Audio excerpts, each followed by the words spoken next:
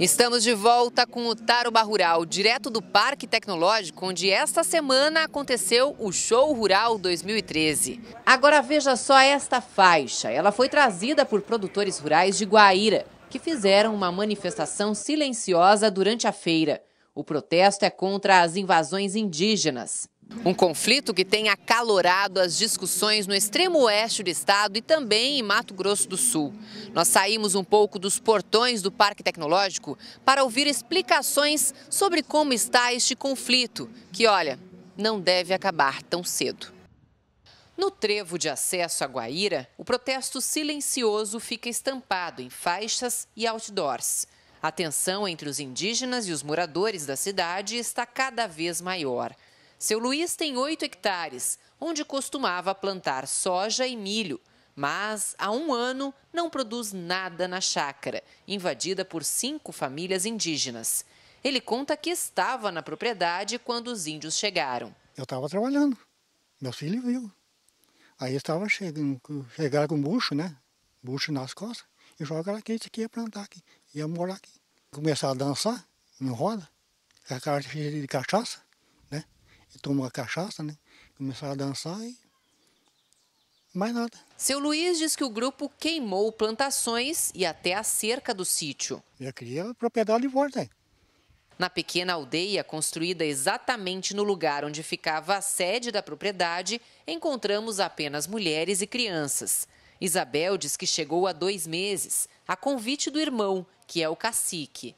Além de montar as barracas, os indígenas já usam as terras do sítio para produzir.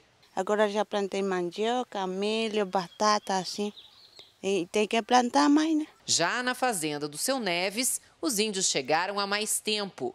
Ele diz que chegou a ser ameaçado quando foi plantar e depois colher a soja. A gente entrou na justiça, aí sim que eles provocam bastante, que a justiça está sabendo que eles estão lá na propriedade, aí eles provocam bastante, fazem ameaça da gente, derrubam a planta, roubaram bastante milho, sabe? E vão fazendo que só provocação. Seu Neves também acusa o grupo de queimar a plantação.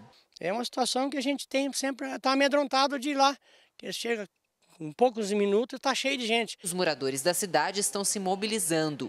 O presidente da Associação Comercial de Guaíra diz que muitos indígenas agem como mendigos e que cometem furtos. Eles são pedintes, eles gostam de pedir, eles cometem até pequenos furtos, que caso isso não chega nem à polícia nem nada, mas pode relatar com vários comerciantes que são alvos desses pequenos delitos. O Sindicato Rural organizou uma campanha contra as invasões e está distribuindo um panfleto para informar os moradores. Eles vêm principalmente aqui do Paraguai, estão se cadastrando, se registrando e fazendo CPF aqui no Brasil. Por quê?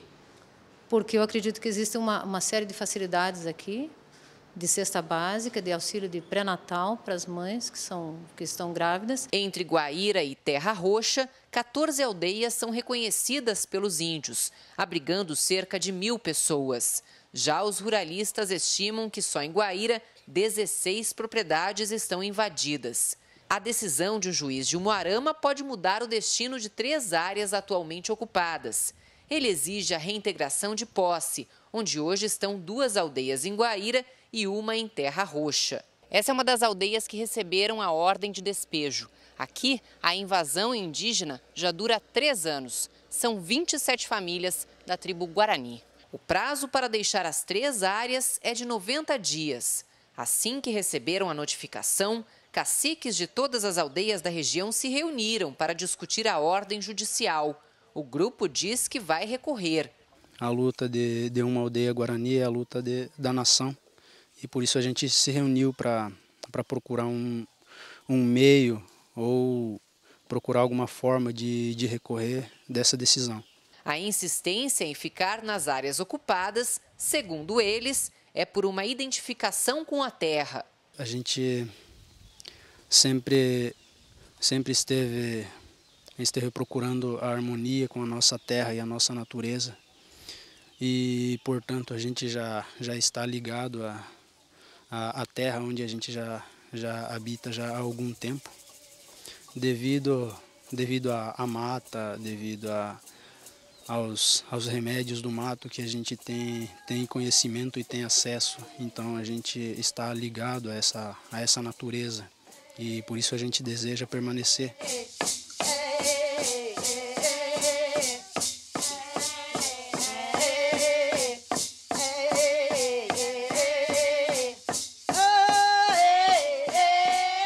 Nós estamos aqui com o pessoal de Iguatemi, são produtores rurais que têm terras em Iguatemi, Mato Grosso do Sul, e eles estão reclamando, estão fazendo um protesto contra as invasões indígenas. Pode ver que estão todos com as camisetas, o Brasil que produz pede socorro. Eles dizem que estão sendo prejudicados, inclusive por uma publicação no Diário Oficial, dizendo que a terra será demarcada para que boa parte da cidade de Iguatemi se torne uma grande aldeia indígena. Eu vou conversar com o prefeito de Iguatemi, que também está visitando o show rural.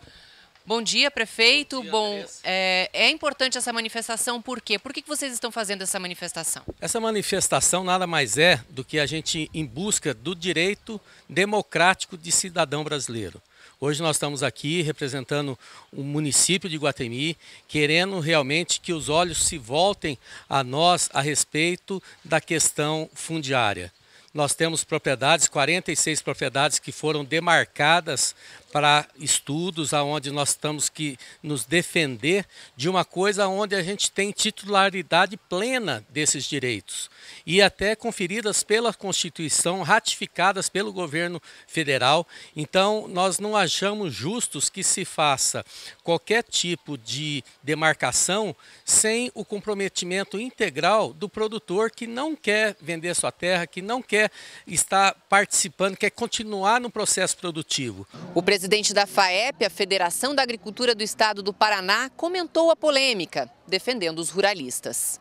A FAEP fez um documento que foi entregue à senhora Presidente da República na segunda-feira. Na conversa que nossos representantes que trabalham nesse assunto da federação, ela se mostrou indignada, que ela desconhecia a realidade. Não há de concordar que produtores que estão aqui há 50, 100 anos trabalhando, produzindo, de repente vem aí uma ONG, não sei quem, planta lá, dizendo que tem lá uma peça que é de um índio, não sei o quê, e o produtor da noite para o dia perdeu o seu pedaço de chão para trabalhar e sustentar a sua família. E em entrevista no estande do Tarubá Rural, o governador Beto Richa também falou sobre o assunto. Por ser uma situação extremamente preocupante, alarmante, vem crescendo muito esse movimento. Estão ampliando as demarcações de terras para os indígenas.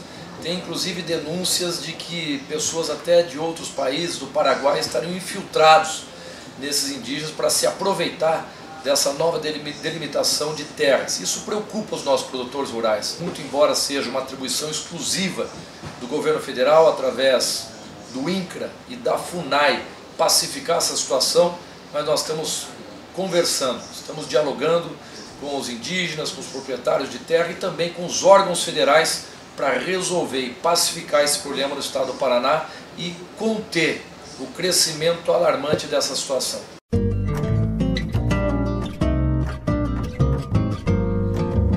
O agricultor que colheu e já plantou tem boa notícia. A instabilidade continua em todo o Paraná nos próximos dias. Hoje ainda podem acontecer algumas aberturas de sol que intercalam com pancadas de chuva. Mas a partir de amanhã o tempo fica fechado e na terça-feira tem bastante água para toda a região oeste. Em Cascavel, por exemplo, hoje não deve chover mais que 5 milímetros, com temperaturas entre 16 e 25 graus. Já na terça-feira a previsão é de 30 milímetros de água. Em Foz do Iguaçu, o domingo começou com 19 graus e a máxima chega aos 29. Na terça-feira as temperaturas caem um pouco, porque deve chover 50 milímetros em Foz do Iguaçu. Em Guaíra, o domingo começou com 18 graus, com máxima de 27, temperatura que deve subir um pouco apenas a partir de quarta-feira, quando os termômetros ficam acima dos 30 graus. Entre as novidades do show rural este ano está o Jardim In Vitro. Fica na casa da Embrapa e é uma coisa muito interessante. Olha só, são diversas plantas que são cultivadas dentro de vidros. São ornamentais. Eu vou conversar com o engenheiro agrônomo, o Augusto Moura, que é da Embrapa. Bom, eles foram desenvolvidos justamente para enfeites. Exato. Bom dia. Esse material, ele une a tecnologia já consagrada de cultura de tecido, chamada micropropagação, com a criatividade. Então a gente utiliza algumas plantas, algumas fruteiras, alguns ornamentais para a produção desse material. Um material diversificado, porque como vocês podem observar, eles utilizam alguns frascos diferentes, utilizam algumas pedras coloridas para a geração desse produto. Esse material é para decoração de ambientes. Então a pessoa, num casamento, num aniversário, quiser dar de brinde para seus convidados, utiliza esse material. Aqui a gente pode observar aqui abacaxi. Nós temos aqui a união de abacaxi com cacto. A gente pode fazer também com banana. A gente faz também com mandioca. Então, alguma dessas plantas é possível ser feito. No caso de abacaxi, por exemplo, se a pessoa quiser adquirir esse produto, ele dura em torno de 2 a 3 meses. A pessoa querendo, depois, ela pode pegar esse material, aí tem um processo de aclimatização desse material e ela pode levar para o solo e aí sim ter uma muda. E o Jardim in Vitro tem chamado muita atenção das pessoas que passam aqui pelo show rural. A senhora está olhando aí, o que a senhora achou? Muito interessante hoje em dia, né? Porque a gente tem pouco espaço, né, para fazer um jardim. Eu mesmo não tenho espaço na minha casa para fazer um jardim. Levando um vidrinho desse já dá um ar de natureza de casa, né? Gostou então, tá aprovado? Tá aprovado, adorei. Boa ideia, né? E tem muita novidade mesmo. Imagine você que já existe um robô que fica responsável pela ordenha das vacas. É a ordenhadeira a laser. Pode levantar às 5 da manhã e seguir para a sala de ordenha? Para quê? Se é o robô quem faz tudo sozinho. Essa é a ideia da modernidade que chegou à estrebaria. Funciona assim: a vaca fica o tempo todo no recinto fechado. Quando ela procura a comida, vai direto para a ordenhadeira, onde está o braço mecânico. Ele prepara os tetos antes da ordenha, coloca os copos de teteiras, alinha o tubo de leite e ainda desinfeta o ubre. O mais curioso é que, para encaixar no lugar certo, a tecnologia é a laser. O histórico da vaca fica reservado, fica guardado no computador. Tá? Então você já tem uma noção de quanto de leite aquela vaca vai ordenhar naquele determinado dia. A partir daí ele já faz a base de quantas ordenhas tem que ser feitas no dia, quanto de alimento que tem que servir para o animal naquele dia ou naquela ordenha mais especificamente, e aí ele vai alimentando esse sistema de acordo com o histórico de produção da vaca, qual que é a expectativa dela para o próximo dia, né? E ele vai retroalimentando esse sistema aí. Muita gente que passou pelo stand olhou meio desconfiado. Não foi o caso do seu Devanir. Ele pensou foi no conforto que teria com um robô destes em casa. Fica sem mão de obra, no caso, né? Você não tem mão de obra para fazer nada, só olhar. Seu Devanir, apesar de custar quase R$500 mil, a ordenhadeira não é um sonho lá tão distante. Já tem 2 funcionando na América do Sul. As 2 em Castro, no Paraná. E ainda hoje, o agronegócio do futuro. Como serão as máquinas agrícolas daqui a meio século? A gente volta já.